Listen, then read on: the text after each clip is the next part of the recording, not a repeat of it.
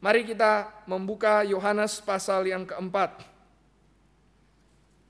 Yohanes pasal yang keempat, kita akan membuka ayat yang ke-20, kita akan membaca berganti-gantian sampai dengan ayat yang ke-26. Saya akan membacakan dari ayat 19, kemudian Bapak Ibu melanjutkan ayat yang ke-21. Saya akan bacakan 19 dan 20, Bapak Ibu ayat 21 sampai 30 kita akan berganti-gantian. Yohanes pasal yang keempat, ayat yang ke-19 dan 20 saya mulai. Kata perempuan itu kepadanya, Tuhan, nyata sekarang padaku bahwa engkau seorang nabi.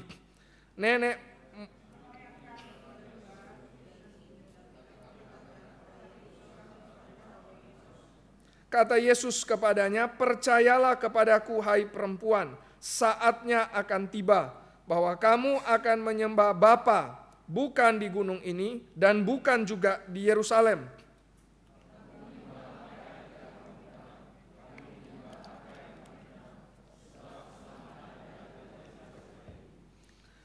Tetapi saatnya akan datang dan sudah tiba sekarang bahwa penyembah-penyembah benar akan menyembah Bapa dalam roh dan kebenaran.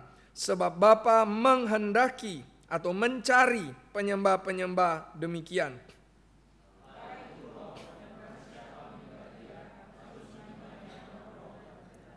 Jawab perempuan itu kepadanya, aku tahu bahwa Mesias akan datang, yang disebut juga Kristus.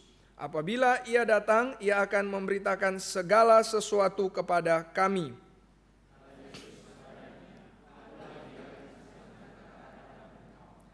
Pada waktu itu datanglah murid-muridnya dan mereka heran bahwa ia sedang bercakap-cakap dengan seorang perempuan. Tetapi tidak seorang pun yang berkata, apa yang engkau kehendaki atau apa yang engkau percakapkan dengan dia.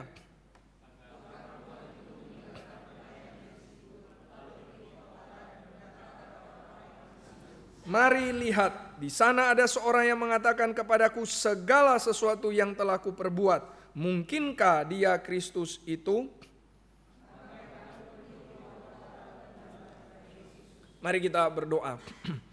Bapa di sorga, kiranya ya Tuhan kami boleh makin melihat kemuliaan Kristus. Sebagaimana perempuan Samaria makin terkagum, makin takjub dengan kemuliaan Kristus.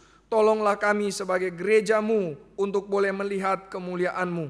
Sehingga hidup kami boleh makin mempermuliakan Tuhan. Dan hidup kami boleh makin berjuang juga untuk orang lain pun boleh mempermuliakan Tuhan. Kiranya Tuhan tolong pimpin, berkatilah ibadah ini, berkatilah pemberitaan firman, berkatilah hamba-Mu. Kiranya Tuhan juga siapkan hati jemaat-Mu. Kami sungguh mohon Tuhan berkarya, Tuhan memimpin, Roh Kudus bekerja dalam hati kami masing-masing. Dalam nama Tuhan Yesus kami bersyukur dan berdoa. Amin. Bapak Ibu saudara-saudara sekalian, perempuan Samaria ini melambangkan gereja Tuhan. Ini kata Agustinus. Saudara-saudara sekalian, gereja selalu dikatakan sebagai mempelai wanita Kristus. Tadi di lagu yang pertama kita menyanyikan lagu yang berjudul Di Atas Satu Alas. Kalau dalam bahasa Inggris judulnya adalah The Church's One Foundation. Is Jesus Christ her Lord? Jadi langsung jelas siapakah alas itu? Yesus Kristus. Kemudian ditambahkan her Lord. Jadi Kristus adalah Tuhan, adalah Raja dari gereja. Gereja digambarkan sebagai wanita, mempelai wanita. Dan Kristus adalah mempelai pria gereja. Maka di dalam kisah ini kita melihat Yesus datang ke Samaria. Yesus mencari orang yang terhilang. Dan disinilah perempuan Samaria kenal Kristus, menyembah Kristus, dan menjadi mempelai wanita dari sang anak domba Allah. Nah, saudara-saudara sekalian, yang lalu kita sudah melihat bagaimana Tuhan Yesus memimpin perempuan ini untuk bisa memiliki dua macam pengenalan. Nah, dua macam pengenalan inilah yang gereja atau kita sebagai umat Tuhan, karena gereja bukan gedung tapi kita sebagai umat Tuhan harus miliki. Yang pertama adalah pengenalan akan Kristus. Nah, saudara-saudara sekalian, kalau kita membaca dari awal cerita ini, perempuan ini berpikir Yesus Kristus hanya seorang laki-laki Yahudi biasa. Maka dia berpikir, mengapa laki-laki Yahudi ini mau datang untuk minta minum kepadaku? Jangankan minta minum, mau datang bicara saja, atau mau datang mendekati saja wanita Samaria, itu adalah hal yang sudah sangat dibenci oleh orang Yahudi. Maka dia pikir Yesus ini laki-laki Yahudi biasa. Siapa dia ini? Kemudian Yesus datang. Kok berbeda? Tapi Yesus menawarkan air hidup. Yesus menawarkan air yang akan memancar terus-menerus. Maka dia pikir, Yesus ini seperti menyombongkan diri. Siapa dia ini? Orang Yahudi mau menganggap diri lebih hebat dari Yakub. Karena kami datang ke sumur Yakub untuk biasa mengambil air untuk hidup sehari-hari. Siapa dia ini yang mengatakan ada air yang lebih bagus lagi? Tapi lama-kelamaan dia mulai lihat. Orang ini tahu siapa diriku. Orang ini tahu segala dosaku. Maka dia katakan, engkau pasti nabi. Jadi lihat dari laki-laki Yahudi biasa, kemudian mulai lihat ini sombong, menyombongkan diri lebih dari Yakub. Sekarang dia menganggap Yesus sebagai nabi. Nah, nanti setelah ini kita akan lihat lagi, ada layer, ada lapisan lagi yang dibukakan lagi, sehingga perempuan ini menjadi kagum, takjub tentang siapakah Yesus. Nah, gereja harus demikian, saudara-saudara sekalian. Gereja harus bertumbuh di dalam pengenalan akan siapakah Kristus. Nah, jadi yang pertama pengenalan akan Kristus, dan bersamaan dengan itu pengenalan akan dirinya sendiri. Dunia biasanya mengatakan, kalau engkau mau kenal diri, periksa ke dalam dirimu. Nah, jadi ini cara dunia. Engkau mau tahu siapa dirimu yang asli, yang sejati, yang otentik, lihat ke dalam dirimu. Lihat apa? Bagaimana caranya? Refleksi. Bagaimana caranya? Lihat kelebihan dan kekuranganmu. Lihat masa lalumu. Cari tahu apa yang menjadi keinginanmu terdalam. Itulah engkau. Nah, ini bukan cara Alkitab, saudara. Itu justru bukan kita yang sejati. Kita yang sejati, Kristus yang nyatakan. Nah, maka perempuan ini, dia selama ini cuma pikir, saya butuh air biasa. Saya butuh air untuk kehidupan. Manusia itu apa? Bekerja. Manusia itu apa? Bangun, tidur, makan, kerja, berkeluarga. Itu manusia. Biasanya ini pikiran orang biasa. Manusia hanya sekedar kebutuhan fisik. Ini yang dipahami oleh wanita Samaria ini. Tapi makin lama dia sadar, ternyata manusia bukan butuh fisik saja, tetapi membutuhkan firman, membutuhkan air hidup, membutuhkan air yang terus-menerus memancar sampai kepada hidup yang kekal. Itulah manusia. Maka menjadi manusia yang sejati, hanya Tuhan yang sanggup beritahukan kepada kita. Mau jadi manusia yang sejati, harus lihat firman. Mau jadi manusia yang sejati, Kristus yang bukakan. Nah, inilah yang terjadi kepada perempuan Samaria ini. Nah, sekarang saudara-saudara sekalian, kita akan lanjutkan kisah dari perempuan Samaria ini. Nanti minggu depan kita, kalau Tuhan pimpin, akan menyelesaikan kisahnya. Hari ini kita akan melihat bagian yang kedua.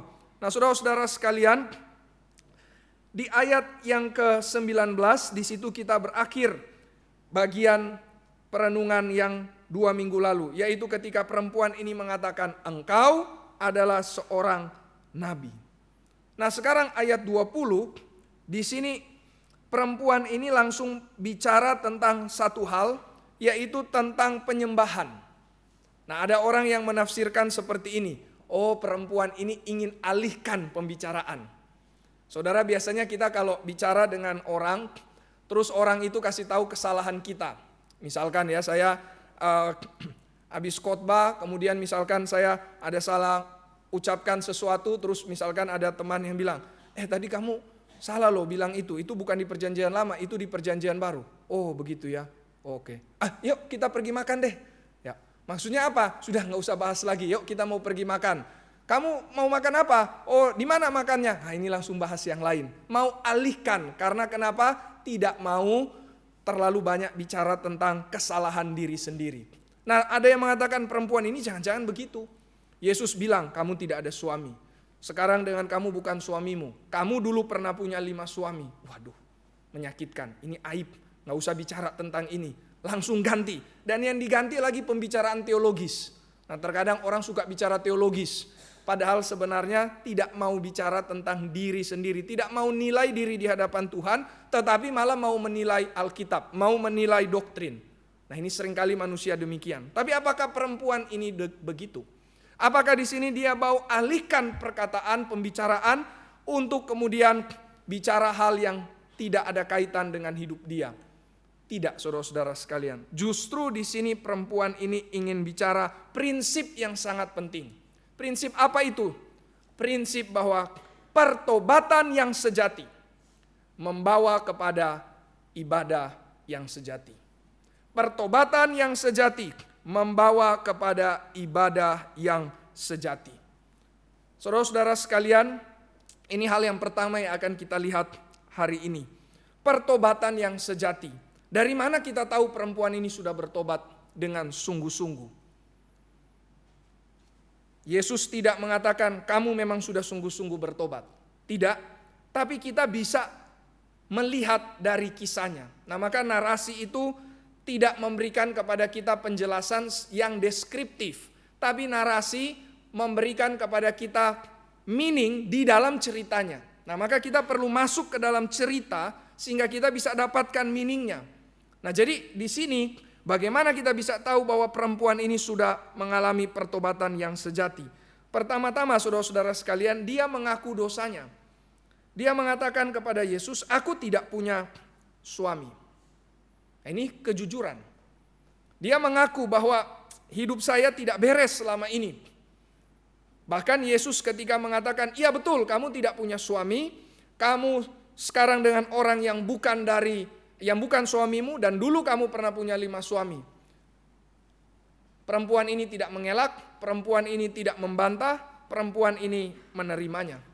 Dan Yesus kemudian mengkonfirmasi bahwa memang engkau berkata benar. Jadi perempuan ini pertama dia mengaku dosanya di hadapan Tuhan.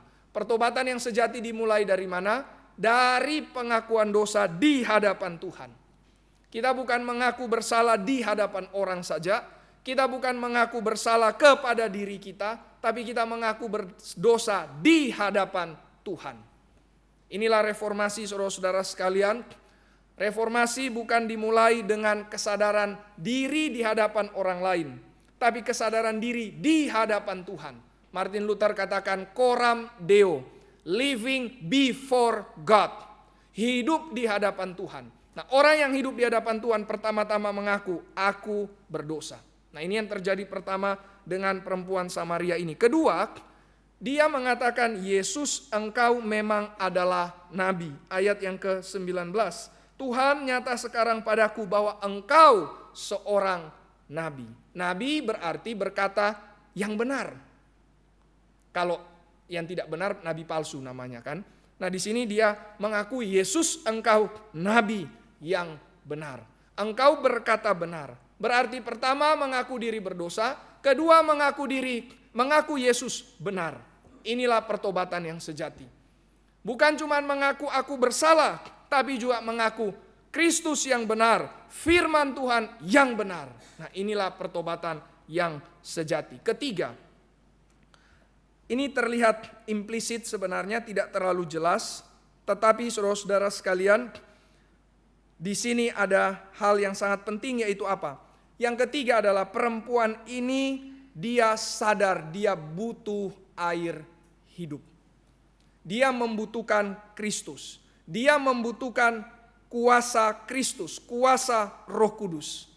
Kenapa kita bisa bilang seperti itu? Karena kita bisa lihat dia memberitakan Injil. Maka dia memberitakan Injil itu karena dia tahu bahwa orang lain butuh air hidup seperti dia. Nah, jadi saudara-saudara sekalian, orang yang bertobat itu adalah orang yang pertama mengaku dosa. Kedua, orang yang menyatakan Yesus benar. Dan yang ketiga, memohon belas kasihan Tuhan seperti pengemis. Yesus mengatakan kepada perempuan ini di ayat yang ke-10, Yesus mengatakan, kalau engkau tahu tentang karunia Allah Dan kalau engkau tahu tentang siapakah aku yang bicara di hadapan engkau, engkau akan meminta kepadanya.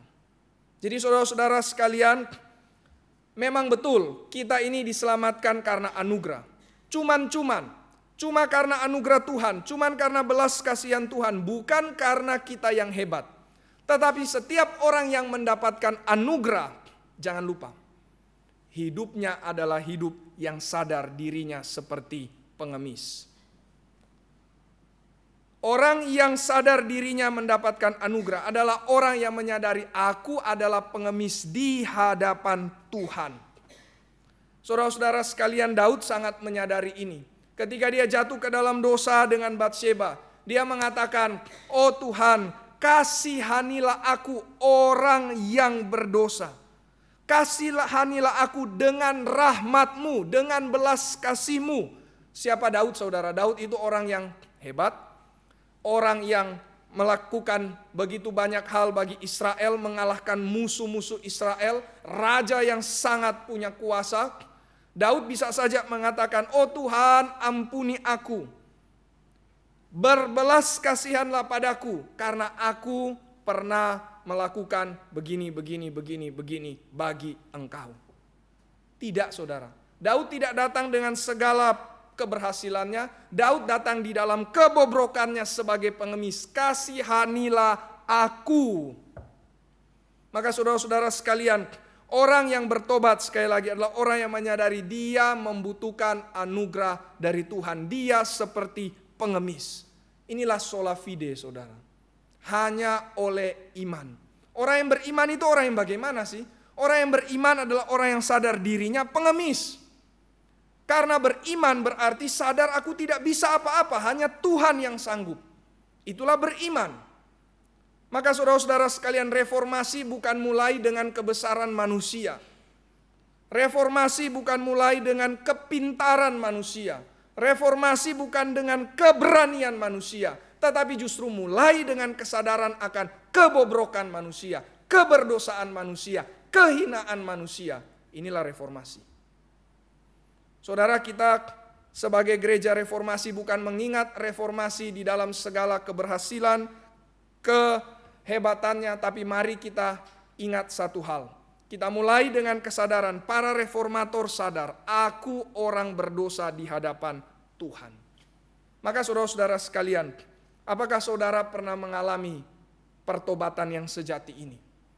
Apakah saudara pernah mengatakan, saya orang berdosa, Yesus yang benar, dan aku mohon belas kasihan Tuhan? Apakah kita pernah mengalami ini? Mungkin ada yang mengatakan, saya sudah pernah mengalami ini. Oke, belum cukup sampai di situ.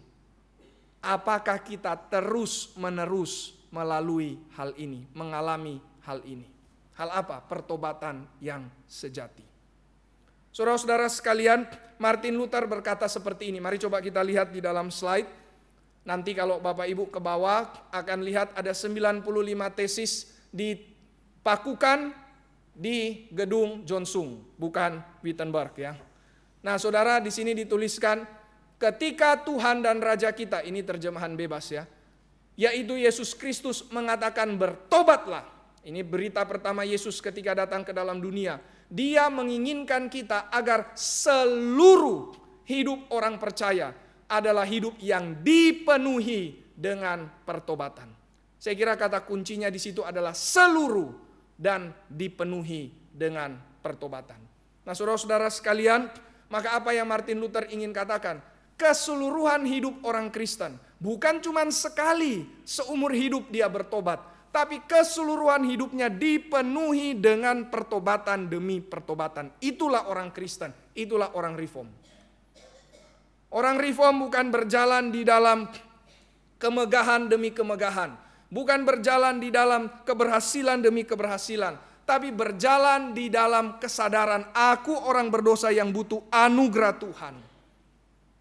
Maka saudara-saudara sekalian, sekali lagi, apakah ini terus-menerus terjadi di dalam hidup kita?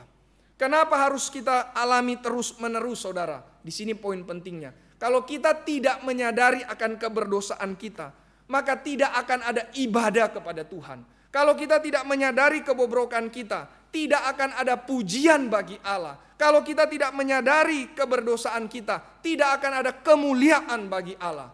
Tidak akan ada soli deo gloria, saudara-saudara sekalian, kalau tidak ada kesadaran diri berdosa di hadapan Tuhan. Daud mengatakan, aku berbahagia karena dosaku ditutupi, pelanggaranku dihapuskan, kesalahanku diampuni. Aku berbahagia. Saudara, tidak akan mungkin ada orang yang akan mengatakan aku berbahagia karena semua hal ini tadi, kalau dia tidak sadar dirinya berdosa di hadapan Tuhan. Daud juga mengatakan bahwa bersyukurlah kepada Tuhan, hai seluruh umat Tuhan, bahwasanya kasih-Nya itu untuk selama-lamanya. Dan dia katakan, ini adalah pujian yang keluar dari mulut orang-orang yang ditebus oleh Tuhan. Saudara, kita tidak akan ada pujian seperti demikian kalau kita tidak menyadari keberdosaan kita di hadapan Tuhan yang membutuhkan anugerah Tuhan. Maka sola fide, bersandar, mohon anugerah Tuhan, menjadi pengemis, mendapatkan anugerah, sola gratia.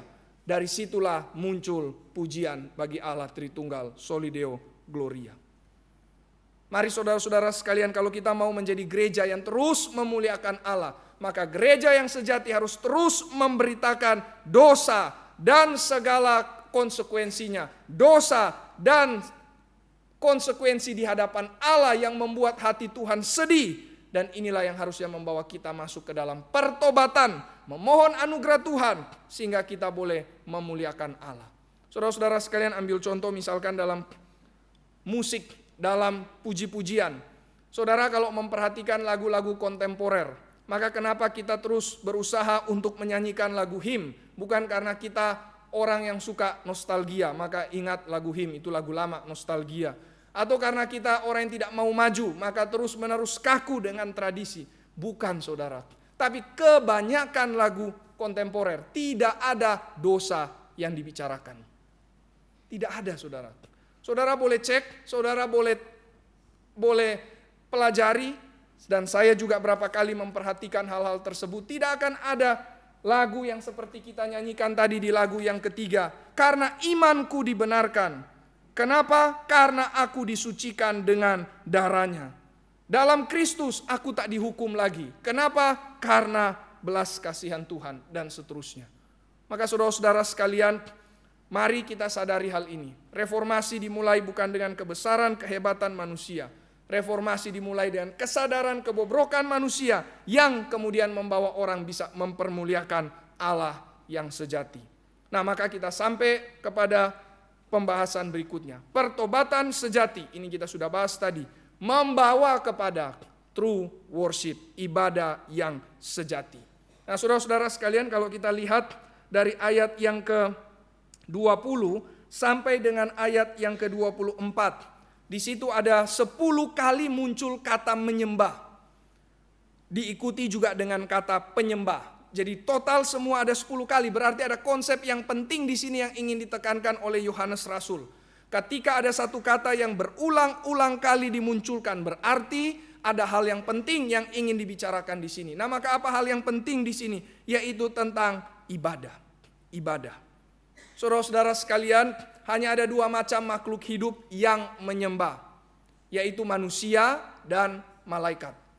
Karena dosa, malaikat jatuh, iblis berdosa, karena manusia berdosa juga. Maka kita tidak lagi mempermuliakan Allah.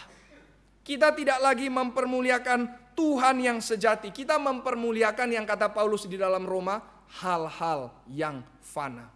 Kita menggantikan kemuliaan Allah dengan kemuliaan dunia, kemuliaan yang fana. Dalam kisah perempuan Samaria, dia mengganti kemuliaan Allah dengan kemuliaan pasangannya. Makanya dia terus mengganti-ganti pasangan.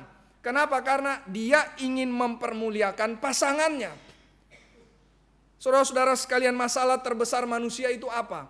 Masalah terbesar manusia itu adalah kehilangan atau kekurangan akan kemuliaan Allah. Tadi kita baca di dalam Roma 3 ayat 21 sampai seterusnya, di situ dikatakan dosa itulah masalah terbesar manusia. Saudara-saudara sekalian, Dosa membuat kita tidak dapat beribadah kepada Allah, tapi beribadah kepada berhala. Inilah hidup yang tidak mulia. Jadi apa yang menjadi masalah paling besar manusia? Karena dia beribadah kepada berhala, bukan kepada Allah. Dan karena beribadah kepada berhala, maka hidupnya menjadi hina. Saudara-saudara sekalian, hidup kita menjadi kacau, rusak. Pasti bukan karena Tuhan, tapi karena kita yang justru tinggalkan Tuhan. Di dalam Roma dikatakan, orang yang menyembah berhala, itulah orang yang hidupnya ada di dalam kefasikan dan kelaliman. Yang hidup di dalam menyembah berhala, dia akan masuk kepada ungodliness and unrighteousness. Keberdosaan, kefasikan, dan kelaliman. Saudara-saudara sekalian, lihat perempuan ini, dia berganti-ganti pasangan. Memang kita tidak akan mengatakan bahwa hidup perempuan ini mungkin dia melakukan itu karena kesenangannya dan lain sebagainya, kita tidak tahu. Yang terakhir saya sempat mengatakan bisa saja dia mungkin menjadi korban pelecehan seksual, bisa saja dia mungkin menjadi korban sistem yang memang menindas wanita, kita tidak tahu. Ini cerita yang tidak banyak memberikan insight tentang siapakah perempuan ini. Tapi saudara-saudara sekalian, yang pasti ini hidup yang menyakitkan. Yang pasti ini hidup yang penuh dengan kekecewaan. Nah, orang yang hidup di dalam dosa, saudara-saudara sekalian, dia akan terus dikuasai oleh hal-hal yang hina, yang rusak, yang kacau, yang gelap seperti ini. Orang yang hidup dalam dosa, dia mau cari solusi. Tapi solusinya adalah solusi yang berdosa juga. Perempuan ini mau cari solusi. Apa solusinya? Solusinya adalah ganti pasangan lagi. Selalu tidak bisa keluar dari kegelapan itu. Kenapa tidak bisa keluar? Karena tidak ada terang di dalamnya. Maka butuh terang Kristus. Jadi masalah manusia paling besar masalah dosa. Apa itu dosa? Dosa itu karena kita tidak menyembah Allah. Sehingga akhirnya kita hilang kemuliaan Allah. Kita menjadi orang yang hina. Yang kata Katekismus Heidelberg, kita berada di dalam miserable condition, kondisi yang rusak, kondisi yang menyedihkan, bahkan kondisi yang mengerikan juga karena dosa. Itulah masalah terbesar manusia. Dan solusinya adalah Kristus sang terang. Masalahnya saudara-saudara sekalian, seringkali gereja memberitakan masalah yang lain. Seringkali ketika bicara dosa, yang gereja katakan adalah dosa berarti engkau mungkin kurang hal materi. Maka Injilnya apa kalau begitu? Kabar baiknya apa? Kabar baiknya adalah teologi kesuksesan. Karena kamu butuh materi yang banyak. Ada gereja yang mungkin akan memberitakan masalahmu adalah masalah engkau kurang diterima orang, kurang dihargai, kurang dikasihi. Maka mari datang ke gereja. Ada Injil, ada kabar baik. Apa kabar baiknya? Engkau dikasihi. Betul memang Yesus mengasihi kita. Tapi ingat, ada pertobatan. Ada permohonan pengampunan dosa. Ada hati yang miskin di hadapan Allah. Ada hati yang berseru, Tuhan ampuni aku dan berilah belas kasihan kepadaku. Ini tidak diberitakan. Maka saudara-saudara lihat, kalau masalah tidak tepat, Injilnya pun jadi kacau. Alkitab mengatakan masalah manusia itu dosa. Apa itu dosa? Hilang kemuliaan Allah. Kenapa hilang kemuliaan Allah? Karena menyembah berhala. Karena tidak menyembah Allah yang sejati. Maka Injil yang sejati membawa kita menyembah kepada Allah yang sejati. Nah, maka disinilah Yesus menjelaskan kepada perempuan ini bagaimana engkau harus menyembah. Nah, ini kita masuk saudara-saudara sekalian. Yesus mengatakan kepada perempuan ini pertama-tama bahwa engkau sekarang tidak lagi menyembah di gunung maupun di Yerusalem. Jadi wanita ini dia adalah seorang Samaria, dan orang Samaria itu kalau mau menyembah Tuhan, menyembah Allah Israel, mereka datang ke gunung namanya Gerizim. Nah, saudara-saudara sekalian, ini beda dengan orang Yerusalem, ini beda dengan orang Yahudi. Mereka datang beribadah di Yerusalem, di Bait Allah. Nah, kenapa bisa demikian? Pendek cerita saja, orang Samaria, mereka cuma percaya 5 kitab Musa. Berarti dari Kejadian sampai Ulangan. Nah, saudara, kalau kita ingat bait Allah itu dibangun di kitab di mana? Di kitab apa diceritakan? Kitab Raja-Raja kan ya. Jadi bagi orang Samaria tidak ada istilah Yerusalem, tidak ada bait Allah di situ. Mereka tidak menerima hal itu. Mereka terima yang ada di kitab Musa. Dan di kitab Musa mereka melihat, oh Abraham waktu mau datang ke tanah Kanaan, pertama kali Abraham bikin mezbah di Sikem. Nah Sikem itu dekat dengan gunung Gerizim. Nah oleh sebab itu bagi mereka penyembahan kepada Allah Israel di gunung Gerizim. Orang Yahudi di Yerusalem. Maka perempuan ini bertanya, bagaimana? Saya mau menyembah Allah yang benar. Saya sudah bertobat, saya sudah sungguh-sungguh sekarang mau menyembah Tuhan. Saya tidak mau lagi menyembah berhala. Saya mau tinggalkan hidup yang lama. Saya mau tinggalkan kemuliaan dunia. Saya mau sembah Tuhan. Maka di mana? Maka Yesus katakan, pertama, tidak perlu lagi menyembah di gunung atau di Yerusalem. Semua jadi relatif. Jadi bukan di gunung, bukan di Yerusalem. Loh kalau begitu berarti saya bisa dong kemana saja. Saya bisa dong asal-asalan saja. Tidak. Kalau itu jadi liberal, saudara. Nah, Yesus tidak mengajarkan liberalisme di sini. Yesus relatifkan yang lain, tapi nanti Yesus akan tunjukkan yang mutlak itu apa. Yang lain relatif, tapi ada yang mutlak. Nah, jadi yang pertama, gunung atau Yerusalem relatif. Kedua, Yesus katakan keselamatan itu datang dari orang Yahudi. Nah, kenapa demikian? Karena memang waktu Yakub memberkati anak-anaknya, Yakub sudah mengatakan kepada keturunan Yehudalah akan muncul para raja. Bukan Yusuf. Yusuf yang paling dikasihi, tapi Tuhan atur raja muncul dari Yehuda. Maka Yesus katakan keselamatan datang dari orang Yahudi. Yang ketiga, nah ini poin yang intinya, Yesus mengatakan sekarang sudah tiba waktunya. Apa itu? Penyembah-penyembah yang benar akan menyembah Bapa dalam roh dan kebenaran. Inilah yang Bapa cari. Menyembah dalam roh dan kebenaran. Nah saudara-saudara sekalian, jadi gunung Yerusalem tidak penting lagi. Tetapi bukan sembarang tempat, bukan asal-asalan. Ada yang mutlak. Dan yang mutlak itu apa? Menyembah di dalam roh dan kebenaran. Roh dan kebenaran ini satu paket. Bukan roh tapi kemudian tidak ada kebenaran, atau kebenaran tapi tidak ada roh. Nah ini apa artinya menyembah dalam roh dan kebenaran? Ini bukan bicara tentang menyanyi harus dengan emosi ya. Jangan cuma menyanyi kata-katanya tok yang benar, emosinya juga mesti benar. Atau jangan cuma menyanyi emosinya benar tapi kata-katanya salah. Itu nanti saudara. Ayat ini pertama-tama bukan bicara tentang cara menyanyi. Ayat ini bicara tentang ibadah yang sejati. Maka ibadah yang sejati di dalam roh dan kebenaran itu apa maksudnya? Itu maksudnya berarti beribadah kepada Allah Tritunggal. Beribadah kepada Allah Tritunggal. Maka di sini dikatakan beribadahlah di dalam roh. Berarti kita hanya bisa beribadah kalau Roh Kudus yang menggerakkan hati kita untuk menyembah Allah yang benar. Dan beribadah di dalam kebenaran. Karena Roh Kudus membawa kita kepada kebenaran. Dan siapakah kebenaran itu? Yesus Kristus.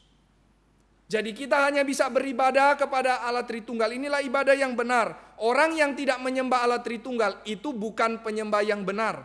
Orang yang tidak menyembah Allah Tritunggal itu adalah penyembah berhala. Nah ini yang tekankan juga kemarin di dalam speak saudara-saudara sekalian. Orang yang tidak mengenal Allah Tritunggal, dia bukan menyembah Allah yang benar. Dia punya hati yang mungkin mau menyembah Tuhan. Seperti kata Paulus, aku melihat kamu punya keinginan untuk menyembah Tuhan. Tetapi kamu tidak kenal Allah yang benar. Nah sekarang aku mau perkenalkan kepadamu Allah yang benar itu. Nah sama di sini saudara-saudara sekalian. Ibadah yang sejati adalah ibadah kepada Allah Tritunggal. Melalui atau di dalam Kristus, soli Deo Gloria, hanya kepada Allah Tritunggal. Saudara-saudara sekalian, reformasi itu apa? Nah sekarang kita coba kaitkan dengan reformasi. Reformasi itu adalah ujung paling terakhirnya, its ultimate end, tujuan paling pokoknya. Bukan tentang doktrin diperbaiki, bukan itu tujuan pokoknya. Ibadah diperbaiki, bukan itu tujuan pokoknya. Pendidikan bisnis, politik ditata. Bukan itu tujuan pokoknya. Tujuan pokoknya satu, yaitu membawa kemuliaan bagi Tuhan. Caranya apa? Pertama-tama doktrin mesti beres. Caranya bagaimana? Ibadah mesti benar. Caranya bagaimana? Mesti hadir di dalam segala bidang untuk menyatakan kemuliaan Allah. Tetapi tujuannya satu, yaitu untuk kemuliaan Tuhan. Maka 5 sola yang kita tahu di dalam reformasi, itu tujuan besarnya, tujuan akhirnya adalah untuk kemuliaan Allah. Inilah yang diperjuangkan oleh para reformator.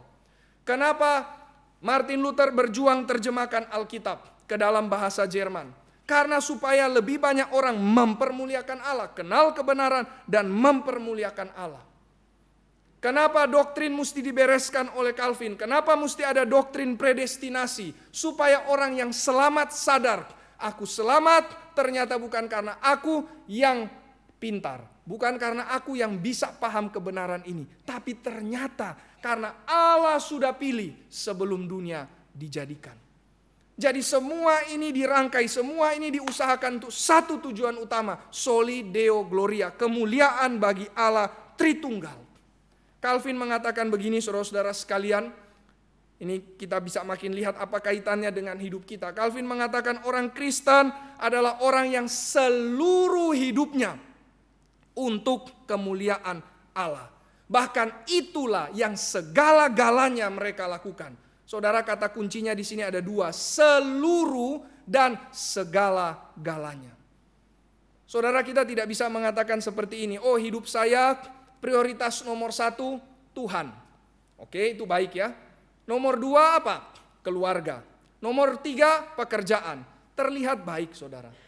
Tapi sekarang coba pikir, kalau nomor 1 Tuhan, berarti pada waktu saya di dalam keluarga, berarti keluarga ini saya berjuang untuk keluarga dong. Pekerjaan cuman untuk pekerjaan. Nanti Tuhan terpisah dengan keluarga, Tuhan terpisah dengan pekerjaan. Tidak, saudara. Meskipun mungkin orang yang mengatakan seperti ini tidak bermaksud demikian ya. Tetapi yang penting di sini adalah seluruh aspek hidup kita. Bahkan Calvin katakan sekali lagi, seluruh, segala-galanya untuk kemuliaan Allah. Jadi keluarga untuk Tuhan, pekerjaan untuk Tuhan. Jangan ada saat di mana kita berpikir, oh kalau di sini saya bukan untuk Tuhan. Kalau di sini saya hidup untuk diri saya, untuk perut saya, untuk keluarga saya. Kalau di sini, di gereja baru untuk Tuhan. Tidak, saudara, seluruhnya untuk Tuhan.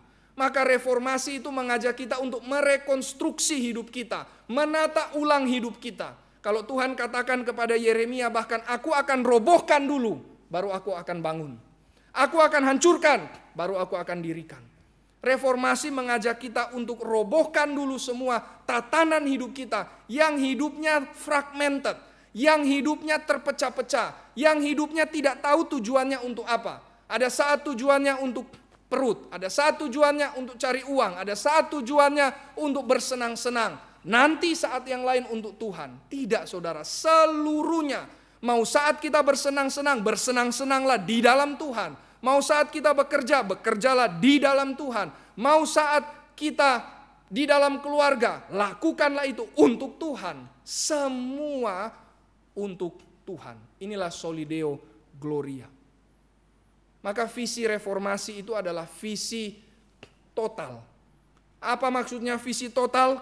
Kalau kata satu buku judulnya Total Truth dari Nancy Pearcey. Seluruh hidup saya, totalitas hidup saya untuk kemuliaan Tuhan. Mari kita tata hidup kita demikian. Jangan jadi orang yang fragmented hidupnya. Karena Tuhan kita bukan cuma Tuhan yang berkuasa di gereja. Tuhan kita berkuasa di mana kita berada. Maka mari hidup kita utuh bagi Tuhan. Mari kita kikis. Mari kita habiskan. Mari kita robohkan. Di mana hidup kita bukan untuk Tuhan. Reformasi mengajak kita demikian. Mari di hari reformasi ini kita berkomitmen. Tuhan, aku mau periksa hidupku. Adakah bagian hidupku yang aku tidak berikan bagi Tuhan? Aku mau berikan ini untuk Tuhan. Aku mulai pikirkan bagaimana ini bisa mempermuliakan Tuhan. Dengan demikian kita menjadi orang-orang yang kudus. Nah saudara, saya ingin lanjutkan bagian ini. Pertanyaannya mungkin selanjutnya adalah ini saudara. Dari mana kita mau mulai melatih diri kita? Untuk kita bisa hidup bagi kemuliaan Allah perlu latihan. Untuk kita bisa hidup seluruh aspek hidup kita bagi kemuliaan Allah perlu latihan. Sekarang pertanyaannya, kita mau melatih diri kita mulai dari mana? Saudara-saudara sekalian, karena kita juga lagi membahas tentang ibadah, maka kita melatih pertama-tama dari ibadah. Ibadah yang mana? Ibadah minggu ini adalah latihan untuk membentuk hidup yang memuliakan Allah. Saudara-saudara sekalian, kalau kita datang ke ibadah tanpa ada kerinduan untuk memuliakan Allah, kerinduannya apa? Kerinduannya cuman untuk mendapatkan keuntungan. Kerinduannya cuman untuk dapat suatu pelajaran. Kerinduannya cuman untuk dapat satu pengetahuan. Itu bukan hidup yang mempermuliakan Allah. Itu hidup yang mempermuliakan diri. Maka tidak heran saudara-saudara sekalian kalau orang tidak dilatih untuk hidup mempermuliakan Allah, makanya hidupnya itu bisa banyak keegoisan.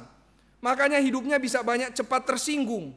Makanya hidupnya bisa banyak sekali terlalu cepat mementingkan harga diri. Kalau dirinya diusik, harga dirinya diganggu, langsung dia bertindak. Karena tidak dilatih untuk mempermuliakan Allah. Nah, dari mana itu hidup yang mempermuliakan Allah dilatih? Dari ibadah, saudara-saudara sekalian. Kalau ibadah saja kita tidak datang untuk mempermuliakan Allah, yang cuman satu hari ini yang Tuhan minta untuk kuduskan, bagaimana bisa hidup kita di hari-hari yang lain mempermuliakan Allah? Itu omong kosong. Itu idealisme yang bersifat ilusi. Kalau gereja saja, waktu beribadah kita tidak datang mempermuliakan Allah. Maka bagaimana saudara-saudara sekalian kita mau datang untuk mempermuliakan Allah di dalam ibadah? Pertama-tama saudara-saudara sekalian, saudara datang jangan telat. Itulah pertama-tama hal yang paling mendasar, ibadah itu mempermuliakan Tuhan. Ibadah saudara mempermuliakan Tuhan. Karena saudara datang ibadah itu pertama-tama sekali lagi bukan untuk mendapatkan apa-apa, tapi untuk memberikan. Sekali lagi bukan untuk receiving, tapi untuk giving, memberikan. Memberikan kepada siapa? Memberikan kepada Tuhan, saudara. Berikan pujian, berikan doa, berikan suaramu untuk Tuhan. Tapi aku bukan singers, aku bukan pianis, bukan liturgis. Semua kita meskipun bukan penata layan, kita berikan suara bagi Tuhan. Bahkan kita juga memberikan suara kita, dukungan kita, dorongan bagi kita untuk menyanyi sungguh-sungguh. Supaya yang ada di samping kiri dan kanan kita ikut bersama-sama memuji Tuhan dengan lebih bersemangat. Maka saudara-saudara sekalian, datang ke ibadah bukan cuma masalah ketepatan waktu. Seringkali orang mengatakan datang ke ibadah harus tepat waktu karena kamu datang saja ke airport saja tidak selalu berusaha tepat waktu. Kecuali saya beberapa kali tidak tepat waktu, akhirnya ketinggalan karena saking mau mepet. Maka ibadah datang harus tepat waktu. Karena apa? Karena biasa di airport tepat waktu juga. Ini betul ilustrasi yang cukup menguatkan. Tetapi bukan itu masalahnya. Masalahnya bukan tepat waktu atau tidak. Masalahnya adalah ini mempermuliakan Allah atau tidak. Maka mari saudara-saudara sekalian, datanglah ibadah tepat waktu karena engkau datang untuk melayani, datang untuk membawa persembahan kepada Tuhan, bukan sekedar menerima. Ya, tentu saja orang yang mau bawa persembahan bagi Tuhan, Tuhan akan berikan berkat. Tuhan kita bukan Tuhan yang pelit berkat. Tuhan kita bukan Tuhan yang cuma mau dipuji tapi tidak mau memberkati. Tuhan kita memberi berkat. Harapannya, doa kita supaya lewat pemberitaan firman, lewat puji-pujian, Tuhan memberkati jemaatnya. Tapi mari jemaatnya bukan datang pertama-tama untuk cari berkat. Kalau seperti itu apa bedanya dengan gereja yang lain? Sama-sama juga cari berkat. Cuman mungkin yang lain berkatnya lebih bersifat material, kita lebih bersifat spiritual. Tapi sebenarnya satu akarnya. Kemuliaan diri, bukan kemuliaan bagi Allah. Maka mari saudara, ibadah untuk kemuliaan bagi Tuhan. Pertama, datang jangan telat. Kedua, saudara, datanglah dengan hati yang mau diisi oleh firman. Hati yang mau miskin di hadapan Allah. Hati yang seperti anak-anak. Jangan engkau datang cuma dengan spirit untuk mengkritik, mencari yang salah. tapi mari datang dengan spirit mau belajar seperti kata pendeta Stephen Tong. Mari datang dengan spirit untuk mau mencari tahu apa yang menjadi kehendak Tuhan. Apa yang Tuhan mau untuk saya kerjakan dalam hidup ini. Apa yang mau Tuhan perbaiki dalam hidup saya. Datanglah dengan ekspektasi demikian. Ketiga, saudara-saudara sekalian, datanglah. Ibadah juga adalah ibadah harus memiliki konten yang sesuai dengan kehendak Tuhan. Tadi dari sisi jemaat, sekarang dari sisi hamba Tuhan, dari sisi pengurus, dari sisi pemimpin jemaat. Kita pun juga harus berusaha dari sisi penata layan, berjuang untuk mempersiapkan ibadah yang benar-benar mempermuliakan Tuhan. Saudara, carilah gereja, kalau saudara masih mencari gereja, carilah gereja yang otoritas Alkitab itu tetap dipertahankan. Carilah gereja yang dimana puji-pujiannya bukan untuk sekedar entertainment, bukan sekedar untuk membuat hati manusia itu bersenang. Carilah gereja yang dimana Injil tidak terdistorsi, Kristus ditinggikan, dosa dengan jelas ditegur, dan hidup kudus dengan jelas diberitakan. Carilah gereja yang demikian, saudara-saudara sekalian. Dan mari doakan, kiranya gereja ini boleh menjadi gereja yang seperti itu. Inilah yang Yesus ingin ajarkan kepada perempuan Samaria. Engkau sudah bertobat, mari engkau jalani hidup yang beribadah dengan benar. Maka kalau perempuan Samaria adalah gambaran untuk gereja, kita gereja, saudara-saudara sekalian, kita seperti perempuan Samaria ini. Mari kita, jikalau sudah sungguh-sungguh mengalami pertobatan yang sejati, akan berujung kepada ibadah yang benar. Mari kita beribadah hidup untuk kemuliaan Allah, bukan untuk kemuliaan diri. Mari tata hidup kita untuk sungguh-sungguh terarah seluruhnya bagi Tuhan.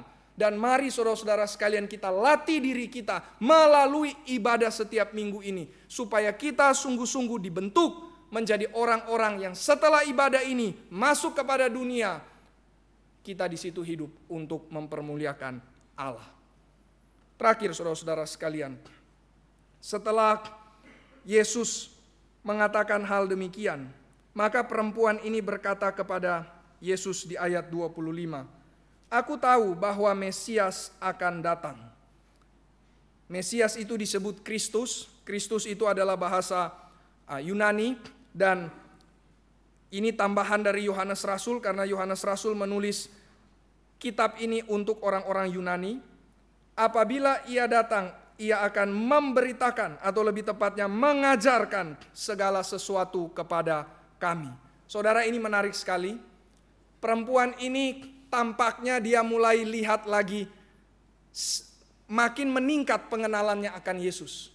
Sebelumnya dia bilang Yesus Nabi, sekarang dia mengatakan ada Mesias yang dijanjikan. Nah saudara, Mesias yang dijanjikan, sekali lagi, kalau dari orang Samaria itu beda dengan orang Yahudi. Orang Yahudi kalau bicara Mesias raja. Kalau orang Samaria bicara Mesias, taheb istilahnya. Siapa itu taheb? Taheb itu nabi, pengajar. Kenapa mereka bisa pikir nabi dan pengajar? Karena nabi dijanjikan oleh Musa. Jadi di dalam Ulangan 18 ayat 18, nah ini di sini dikatakan bahwa ada nabi yang akan dibangkitkan. Nah, nabi yang akan dibangkitkan ini, kata Musa, lebih besar dari aku. Nabi yang akan dibangkitkan ini, dia akan mengajarkan firman. Nah, maka orang Samaria itu menanti-nanti. Siapa ya nabi ini? Siapa ini taheb ini? Maka perempuan Samaria ini, dia tampaknya mulai berpikir, yang ada di depan saya ini, inilah Mesiasnya, inilah tahebnya. Nah saudara, tentu saja ini adalah pekerjaan Roh Kudus ya. Manusia tidak mungkin bisa loncat seperti demikian. Tapi kita percaya ini Roh Kudus yang bekerja, sehingga perempuan ini mulai pikir, jangan-jangan ini Mesias. Nah ini kalau mau difilmkan ya saudara, mungkin perempuan ini adegannya kira-kira begini ya. Jangan-jangan kamu ini. Nah sebelum dikasih tahu siapakah kamu ini, Yesus langsung jawab. Ayat 26, kata Yesus kepadanya, akulah dia. Akulah Mesias itu. Akulah sang taheb itu. Saudara-saudara sekalian, kita coba bayangkan ya apa perasaan perempuan Samaria ini. Dan kita ingin akhiri khotbah kita ini dengan merenungkan perasaan dari perempuan Samaria ini. Sekali lagi, narasi itu kita tidak terlalu dijelaskan secara deskriptif. Tapi kita bisa bayangkan justru kekuatan narasi itu membawa kita untuk berimajinasi. Coba kita imajinasikan kira-kira apa yang menjadi perasaan dari perempuan ini. Ini sangat indah kalau kita perhatikan saudara-saudara sekalian. Saya kira perempuan ini perasaannya penuh dengan keterkejutan. Bahkan perempuan ini menjadi takjub dan kagum kepada Yesus. Tadinya dia pikir Yesus siapa? Laki-laki Yahudi biasa ini yang benci orang Samaria dan kami benci mereka juga. Jangan lupa itu. Tetapi sekarang dia bukan cuma nabi, melainkan dia adalah Sang Mesias. Siapa dia ini? Dia inilah ternyata the next Moses. Dia inilah ternyata yang dijanji-janjikan oleh Musa. Dan kalau kita mau tarik lebih jauh lagi saudara-saudara sekalian. Ingat orang Samaria percaya kitab apa? Musa. Dan di dalam kitab Musa ada kalimat yang mengatakan, aku adalah aku. Siapa yang mengatakan itu? Tuhan Allah. Ketika Musa tanya, Tuhan kalau aku datang ke orang Samaria, orang Mesir akan tanya, siapakah engkau? Maka Tuhan bilang, katakanlah kepada mereka, akulah aku. Di sini sangat tepat terjemahannya. Yesus memakai istilah tersebut. I am he, aku adalah aku, ego emi. Nah maka saudara-saudara sekalian, perempuan ini dia akan pasti berpikir kalau dia sangat tahu perjanjian lama dan pasti dia tahu 5 kitab Musa. Makanya dia bisa bilang Yesus ini jangan-jangan sang taheb itu. Tetapi sekarang saudara, bahkan dia bukan cuma lihat Yesus sebagai sang taheb, tapi pasti dia akan berpikir Yesus ini adalah Allah yang jadi manusia. Maka bayangkan saudara-saudara sekalian, dari orang biasa sampai kepada nabi, sampai kepada taheb Mesias, dan sekarang Allah yang jadi manusia ada di hadapan saya. Saudara, kalau Musa di hadapan Allah, Tuhan katakan, jangan engkau dekat-dekat. Kalau engkau dekat-dekat, engkau pasti binasa. Tetapi di sini perempuan ini ada di hadapan Allah yang jadi manusia. Memang ini Allah yang jadi manusia dan dia tidak akan binasakan. Karena kalau di PL, Allah belum jadi manusia. Maka kalau dekat-dekat, lihat kemuliaan Tuhan, binasa. Di PB tidak binasa, tapi paling tidak ditolak kan. Kenapa ditolak? Karena orang berdosa. Tapi perempuan ini dia akan sangat bersyukur. Ada rasa kagum, takjub. Karena apa? Karena melihat anugerah Allah. Orang yang sadar akan sola gratia, saudara-saudara sekalian, dia akan bertumbuh di dalam ketakjuban dan kekaguman kepada Allah. Inilah orang Kristen yang bertumbuh, saudara-saudara sekalian. Saudara, apa yang menjadi perasaan dari perempuan ini? Sekali lagi ini yang tadi saya katakan kita akan soroti. Pasti dia dipenuhi dengan ketakjuban dan kekaguman. Saudara-saudara sekalian, apa yang hilang di dalam kita sebagai orang Kristen zaman ini, saat ini di tengah-tengah kita, saya kira kita hilang ketakjuban dan kekaguman kepada Tuhan. Ibadah yang sejati, saudara, adalah ibadah yang harusnya dipenuhi dengan ketakjuban dan kekaguman. Ada seorang teolog mengatakan, apa yang membedakan Allah yang sejati dan Allah yang palsu? Allah yang sejati adalah Allah yang selalu terus-menerus memberikan ketakjuban kepada kita. Sedangkan Allah yang mati tidak pernah berikan ketakjuban. Kenapa tidak pernah berikan ketakjuban? Karena Allah tersebut adalah buatan pikiran manusia. Maka buatan pikiran sendiri, bagaimana bisa pikiran ini takjub terhadap pikirannya sendiri? Akan sangat sulit. Tetapi kalau Allah kita di luar dari pikiran kita, dan itulah Allah yang sejati, justru pikiran kita dan hati kita akan terus-menerus takjub kepada Dia. Maka saudara-saudara sekalian, sekali lagi pertanyaannya, apakah saudara bertumbuh di dalam ketakjuban akan Tuhan? Kenapa reformasi bisa berjalan dengan sangat luas? Tentu saja ada anugerah Tuhan, tentu saja itu waktunya Tuhan. Tetapi saudara-saudara sekalian, para reformator, mereka digerakkan oleh satu hal. Dan itu apa? Digerakkan oleh ketakjuban akan kuasa Tuhan. Digerakkan oleh ketakjuban akan anugerah Allah. Maka saudara-saudara sekalian, Mari kita bertumbuh di dalam ketakjuban akan Tuhan. Mari menanti kejutan dari Tuhan.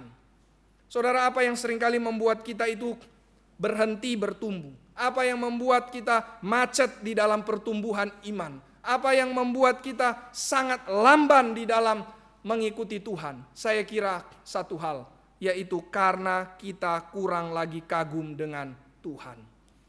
Kita terlalu merasa familiar dengan firman Tuhan. Saudara, merasa familiar dengan firman Tuhan di satu sisi itu benar. Di satu sisi itu sudah seharusnya. Karena Yesus katakan, engkau harus tinggal di dalam aku. Tinggal di dalam firman-Ku. Berarti firman adalah rumah. Kalau firman adalah rumah, kita pasti biasa familiar dengan rumah. Tidak mungkin kan saudara kita datang ke rumah kita, loh kok saya ada di sini? Ini siapa? Ini rumah siapa? Ini tempatnya siapa? Itu tidak mungkin. Kecuali kita hilang ingatan. Tetapi orang yang punya rumah, dia tinggal biasa di situ, dia akan familiar. Maka merasa familiar dengan firman Tuhan itu baik, itu sudah seharusnya. Tetapi ada merasa familiar dengan firman Tuhan yang berdosa. Apa itu merasa familiar dengan firman Tuhan yang berdosa? Yaitu ketika kita mungkin baca firman, ketika kita dengar pemberitaan firman, kita rasa saya sudah tahu itu. Saya sudah jadi orang Kristen yang sangat lama. Saudara, kalau pergi untuk humas KKR Pak Stephen Tong di daerah-daerah Kristen kebanyakan, mereka akan berkata, sebelum kamu ke sini kami sudah Kristen. Jadi maksudnya apa? Kami tidak butuh kamu beritakan firman di sini. Kami sudah Kristen di sini. Maka seringkali kita sedih dengan keadaan seperti itu. Karena tadi kata Martin Luther, keseluruhan hidup orang Kristen harus dipenuhi dengan pertobatan. Dari mana pertobatan muncul? Dari mendengarkan Injil. Nah, tapi saudara-saudara sekalian, seringkali kita juga tidak sadar bahwa ternyata itu bukan cuma masalah di luar sana, itu juga masalah di dalam kita sendiri. Berapa banyak orang reform yang seringkali mengatakan atau di dalam hatinya mungkin paling tidak sehingga terlihat dari sikapnya ketika membaca firman, ketika merenungkan firman, ketika firman Tuhan diberitakan, saya sudah tahu tentang firman Tuhan ini. Sudah tidak ada lagi yang bisa dibukakan lebih jauh lagi kepada saya. Sudah berapa banyak kelas yang saya ikuti, sudah berapa banyak guru yang saya dengar, berapa banyak dosen yang saya catat tulisannya, apalagi yang bisa saya dapat dari sini. Itu merasa familiar yang berdosa, saudara-saudara sekalian. Apalagi kalau kita mungkin sudah dari kecil di sekolah Kristen. Saudara-saudara sekalian, sekolah Kristen itu anugerah bagi Tuhan. Tapi terkadang kita tidak sadar, justru iblis sangat giat bekerja di situ di dalam sekolah Kristen. Karena justru murid-murid yang ada di sekolah Kristen yang paling tidak hormat dengan firman Tuhan. Karena merasa sudah Kristen. Karena merasa sudah cukup, saya sudah tahu di sini. Saudara-saudara sekalian, mari kita punya hati yang rendah. Mari kita menjadi seperti anak-anak. Mari kita awas dengan pekerjaan iblis. Justru iblis sangat perhatikan, makin kita maju dalam iman, makin dia mulai instill, makin dia mulai masukkan pride, kesombongan. Kamu sudah maju kan? Sudah cukup. Kamu sudah tahu semua. Kamu sudah lebih baik dari yang lain. Jangan perlu bertumbuh lagi. Cukup sampai di situ. Makin maju iblis makin instill segala panah api dari si jahat kepada kita. Maka mari kita perhatikan ini saudara-saudara sekalian. Mari jangan sampai kita bertumbuh dalam keluarga Kristen. Ada di sekolah Kristen. Tapi justru kita yang paling tidak bertumbuh imannya. Paling terhambat pertumbuhannya. Karena apa? Merasa familiar yang berdosa. Mari saudara-saudara sekalian kita tinggalkan rasa familiar tersebut. Karena sebenarnya Allah kita adalah Allah yang tidak pernah habis-habisnya digali. Saudara, sekali lagi, perempuan Samaria mewakili gereja. Maka mari kita saudara-saudara merindukan seperti perempuan Samaria ini.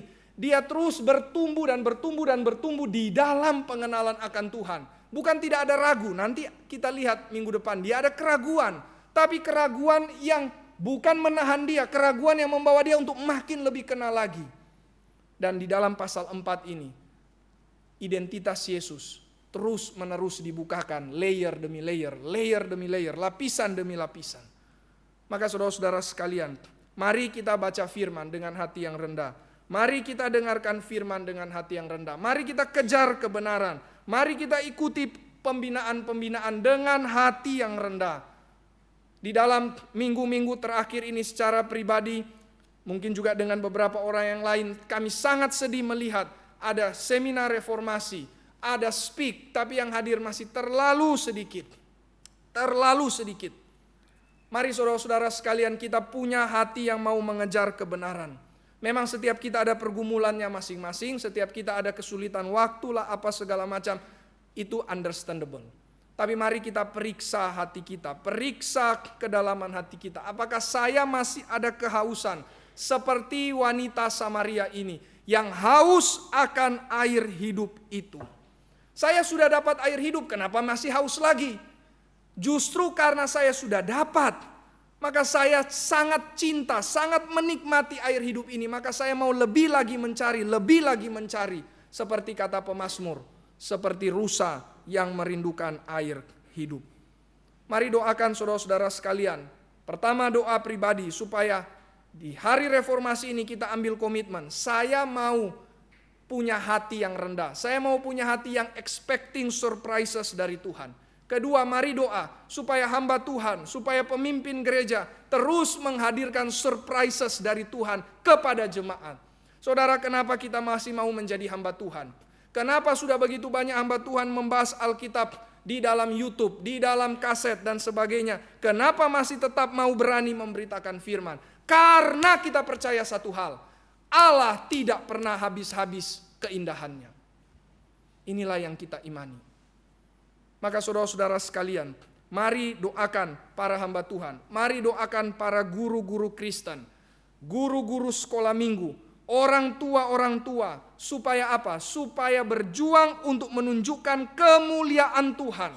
Doakan supaya gereja ini menjadi gereja yang memamerkan kemuliaan Tuhan. Doakan supaya rumahmu adalah rumah yang memamerkan kemuliaan Tuhan. Doakan supaya sekolahmu atau dimanapun engkau bekerja, di situ juga memamerkan kemuliaan Tuhan. Karena dunia dan segala isinya untuk kemuliaan Allah. Paling terakhir saudara-saudara sekalian, wujud orang yang kagum akan kemuliaan Tuhan. Dia akan memberitakan Injil. Singkat saja bagian ini dan kita akan lanjutkan minggu depan. Dia akan berjuang memberitakan Injil. Inilah yang terjadi saudara-saudara sekalian. Di ayat yang ke-28 dikatakan perempuan itu meninggalkan tempayannya.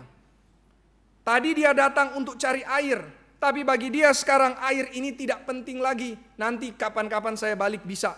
Ini tidak penting lagi. Yang lebih penting apa? Air hidup. Yang lebih penting apa? Kristus. Yang lebih penting apa? Firman. Itu yang lebih penting. Saya tinggalkan ini. Ini suatu komitmen. Tinggalkan ini. Tinggalkan segala hal dunia. Saya mau fokus untuk kerajaan Allah. Kenapa bisa fokus bagi kerajaan Allah? Karena dikuasai oleh ketakjuban akan Tuhan. Kekaguman akan Tuhan. Saudara-saudara sekalian, perempuan ini ketika dia pergi menginjili dikatakan dia pergi ke kota. Ke kota bertemu orang. Padahal dia datang ke sumur jam berapa? Masih ingat jam 12. Kenapa datang jam 12? Karena tidak mau ketemu orang. Karena kalau ketemu orang malu, ketemu orang disindir, ketemu orang diejek, itu perempuan yang gak beres. Tapi sekarang tinggalkan kota, tinggalkan tempayan, pergi balik ke kota. Orang-orang yang menyindir dia itu mari ajak mereka untuk datang kepada Kristus. Waktu dia injili orang mungkin lagi hina-hina. Untuk apa sih perempuan ini keluar lagi ke kota? Jangan-jangan dia mau cari pasangan lagi. Jangan-jangan dia mau kerjakan yang tidak beres lagi. Orang menghina dia, tapi bagi dia abaikan itu. Dia fokus untuk membawa orang lain kepada Kristus. Dia sebelumnya malu tentang dirinya. Sekarang dia malu kalau dia tidak beritakan Injil. Nah, ini malu yang benar saudara. Mari jangan malu kepada diri. Tapi seperti kata Paulus, saya malu kalau hidup saya tidak menyebabkan kemajuan Injil. Mari saudara-saudara sekalian jadi orang Kristen yang jelas. Mari jadi gereja yang jelas kata Paulus. Apa itu gereja yang jelas? Menyebabkan kemajuan Injil. Kiranya di hari reformasi ini kita punya komitmen untuk memperjuangkan. Bukan hanya aku yang berkata soli Deo Gloria. Bukan hanya keluargaku yang berkata Soli Deo Gloria. Bukan hanya gerejaku yang berkata Soli Deo Gloria. Tapi orang-orang di luar sana semua berkata Soli Deo Gloria. Bagaimana bisa terjadi? Saya mesti beritakan. Bagaimana bisa saya beritakan? Bukan dipaksa, bukan didorong-dorong, bukan diancam-ancam. Ayo beritakan Injil, ayo dong pukul sedikit, ayo maju. Bukan, tetapi dengan cara karena saya sudah didorong oleh ketakjuban akan Tuhan. Mari saudara kita berdoa supaya kita dipenuhi dengan wonder yang dari Tuhan. Supaya kita terdorong untuk beritakan Kristus. Sehingga lebih banyak orang lagi mempermuliakan Allah. Mari kita berdoa. Bapa di dalam kerajaan sorga, penuhilah kami dengan kemuliaan-Mu. Dengan segala keterbatasan manusia, firman-Mu diberitakan. Kiranya roh Tuhan bekerja untuk memultiplikasikan apa yang sudah diberitakan di dalam hati dari jemaat-Mu. Supaya jemaat-Mu kagum terhadap kasih karunia-Mu, kagum terhadap penerimaan-Mu. Seperti perempuan Samaria yang begitu kagum dan takjub karena Allah yang jadi manusia tidak menolak dia, malah mencari dia, memberitakan firman kepada dia, bersabar kepada dia, dan sampai menyatakan bahwa akulah dia. Tuhan tolong, biarlah kami ya Tuhan kagum akan Engkau. Biar kami ya Tuhan kagum akan kasih karunia-Mu. Biar kami ya Tuhan didorong oleh sola gratia, anugerah dari Tuhan. Sehingga kami mau berjuang untuk beritakan Kristus, beritakan kemuliaan Kristus. Sehingga lebih banyak orang lagi mempermuliakan Allah dan berkata Soli Deo Gloria. Tuhan tolong pakai kami, pakai gereja ini, pakai keluarga kami, pakai pekerjaan kami bagi kemuliaan Allah. Dalam nama Tuhan Yesus Kristus kami bersyukur dan berdoa. Amin.